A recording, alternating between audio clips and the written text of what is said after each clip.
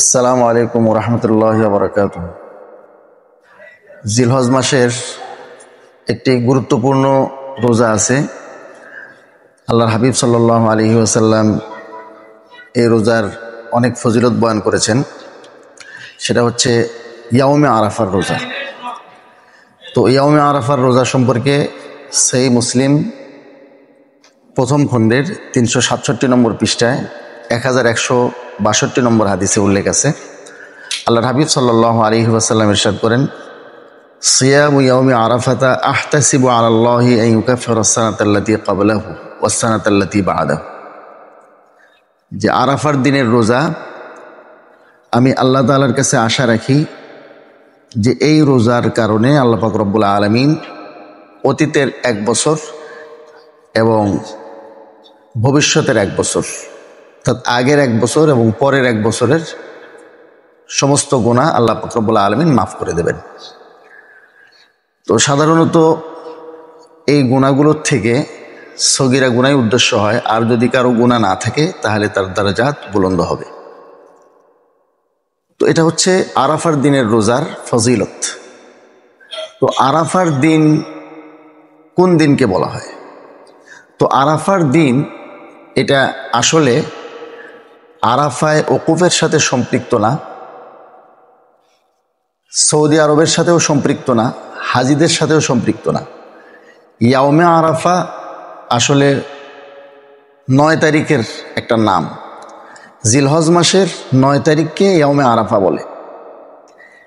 যেমন ইবনে কুদামা হাম্বলি রহমতুল্লাহ আলাই মুগনি খণ্ড নম্বর 3 পৃষ্ঠা নম্বর 112 এখানে উল্লেখ করেন, ফাআম্মা ইয়াউমু আরাফাতা ফাহুয়াল ইয়াউমুত তাসিউ মিন যিল হজ্জাতি।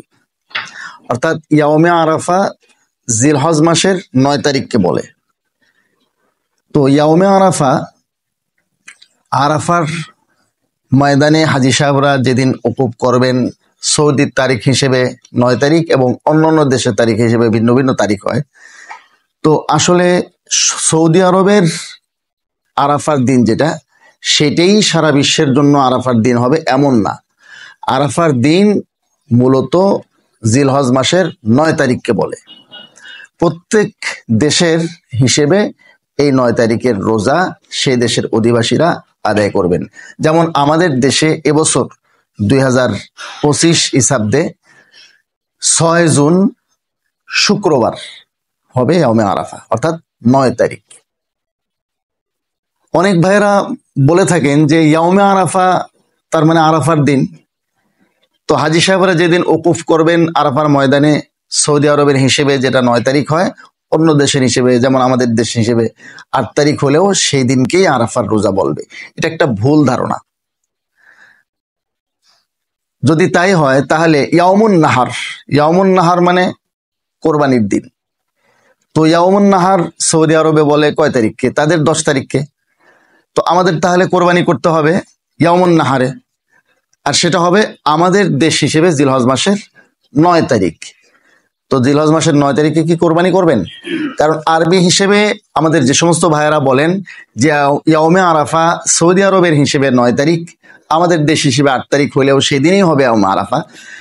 তো ইয়াউমে আরাফা আর ইয়াউমুন নাহারের মধ্যে তো কোনো গ্যাপ নেই, মাঝখানে কোনো ফাসিল, কোনো গ্যাপ নেই। তাহলে পরবর্তী দিনই হবে ইয়াউমুন নাহার, অর্থাৎ কোরবানির দিন। তাহলে 9 তারিখে কোরবানি করতে হবে বাংলাদেশে, 9 জিলহজ। এটা কি সঠিক চিন্তাধারা? মোটেও না। তো এই জন্য ইয়াউমে আরাফা নিয়ে বিভিন্ন স্কলারদের বিভিন্ন মতামত থাকলেও গ্রহণযোগ্য ওলামায়ে কেরামের নিকটে গ্রহণযোগ্য অভিমত যেটা, সেটা হচ্ছে প্রত্যেক দেশের যেটা 9 তারিখ হবে সেই 9 তারিখই জিলহজের ইয়াউমে আরাফা বলে বিবেচিত হবে এবং ইয়াউমে আরাফার রোজা প্রত্যেক দেশের হিসেবে রাখতে হবে। এখন ইয়াউমে আরাফাকে ইয়াউমে আরাফা কেন বলা হয়? তো ইয়াউমে আরাফা আসলে জিলহজ মাসের 9 তারিখকে বলে, এর নাম রাখার বিভিন্ন কারণ আছে।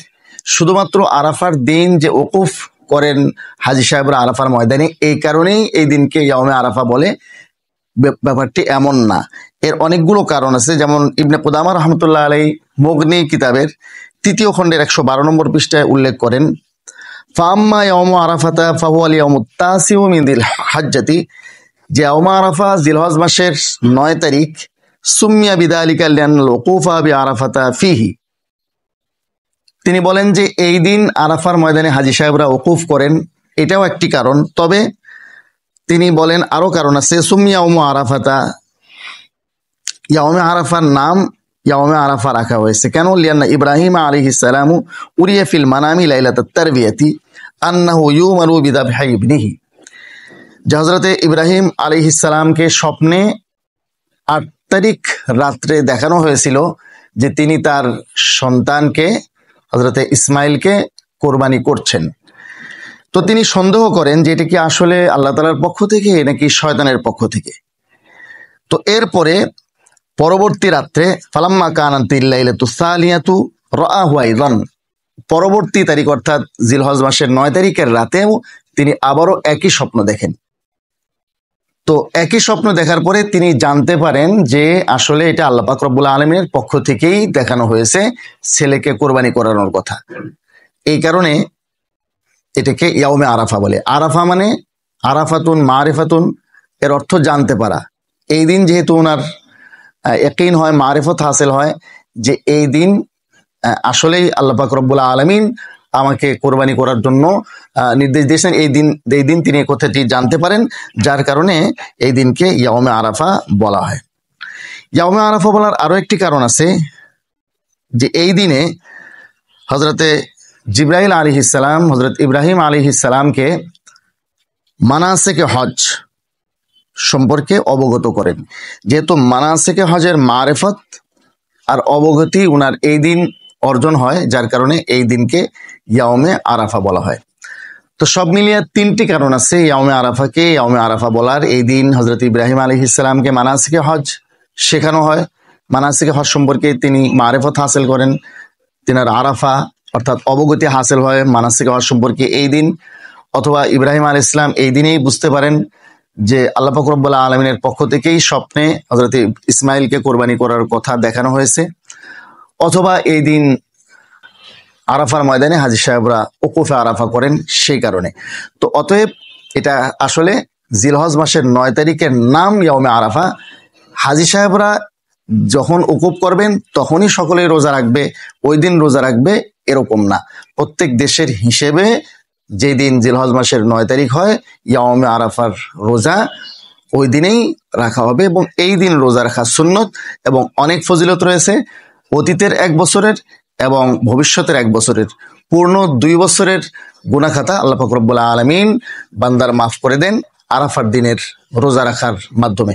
আল্লাহ পাক রব্বুল আলামিন এই দিন আমাদের সকলকে রোজা রাখার তৌফিক দেন এবং সব ধরনের ভুল বোঝাবুঝি সন্দেহের নিরসন করে আমাদেরকে সঠিক পথে চলার, সঠিক পথ অনুসরণ করার তৌফিক দান করেন।